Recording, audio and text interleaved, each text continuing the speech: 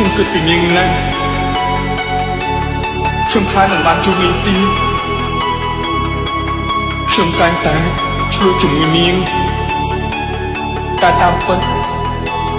ពេលដែលពួកយើងនៅជាមួយគ្នាខ្ញុំរីករាយនឹងមានក្តីសុខជាងគេតែគេម្នាងល្អដែរទេពិសីបងចង់ដឹងប្រាប់បងបានទេចរណៃតែពេលនេះសុខទុកអូនយ៉ាងណាថ្លៃមិនដេចក៏បងឃើញញោមយំរៀងរាល់ថ្ងៃប្រាប់បានទេកុំកុហកកុំនៅស្ងៀមសូមអូន5ត្រង់មកចង់តែគេនោះមនុស្សសាវ៉ាឬមនុស្សស្មងសំណួរទាំង